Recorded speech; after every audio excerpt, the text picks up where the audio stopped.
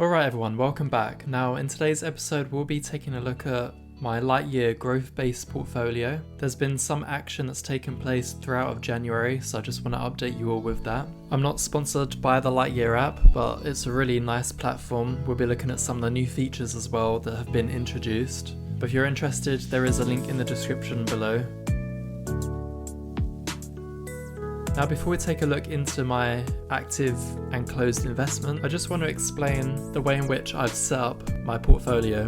And so today I've only been focusing on growth-based companies within my Lightyear portfolio. Most of you are probably aware I have a separate dividend account using the Trading 212 platform. And I always believe in having a separation is good because you can apply different investment strategies without combining the two together. In terms of available cash, we can see that there's very little in the GBP account, and that's because I'm focusing on US growth-based companies as of now. And so I fund my account in GBP, I then transfer into USD. But we can see one of the new features of Lightyear is that different currency wallets supply a different amount of interest. So in the GBP wallet, we have a 2.75% interest rate. Just by supplying funds into the account, we can see there's 7 pence. And then for the US account, we have an interest rate of 3.5%. And so taking the US account as an example, we can see that there's a lifetime interest amount that's been earned. And then they list any unpaid interest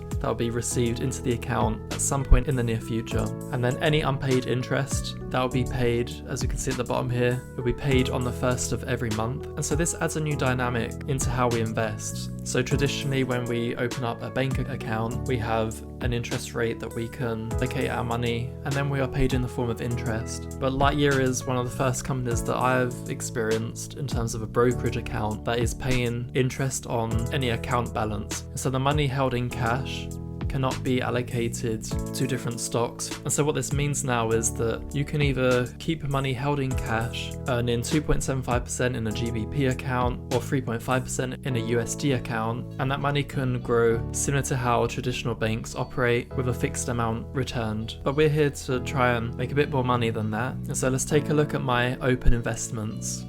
And we can see that Shopify at the moment down 21%. At the time of recording, this stock price is pushing up, but still down 20%. Lucid Motors is one that I've been buying heavily. We can see that I have over $4,000 and the number of shares 612. And then we have Tesla, my smallest position, and there's not too much happening with Tesla as of now. But let's take a look at some of the actions that I've been performing. And so with the funds in the US based account, I have been trying to buy more of Lucid Motors.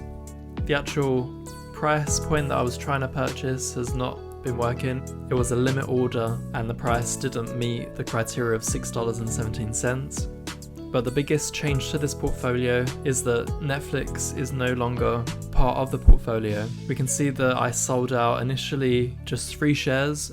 I was around $900 in profit and I wanted to sell out of that profit, but at the time I still wanted to hold shares in the company. So I initially kept this fractional amount of 8.67 shares, but when I considered the potential for Lucid Motors compared to the potential upside of Netflix, I felt that there was more of a risk of Netflix dropping, and I wanted to allocate all those funds into Lucid. And so we can see that I fully sold out of Netflix, and then with some of the profit money I redistributed to purchase Lucid Motors, and the price point there was $6.26. In terms of my plan for Lucid Motors, I'm looking at maybe the $10 to $12 mark before I start selling out of the company. And so that's been my update for the Lightyear account, specifically for the growth portfolio that I'm building. Do comment below how you're structuring your account, and if there's any growth-based companies that you've been investing in, do let me know in the comment section below, and I'll be happy to take a look at those in the future.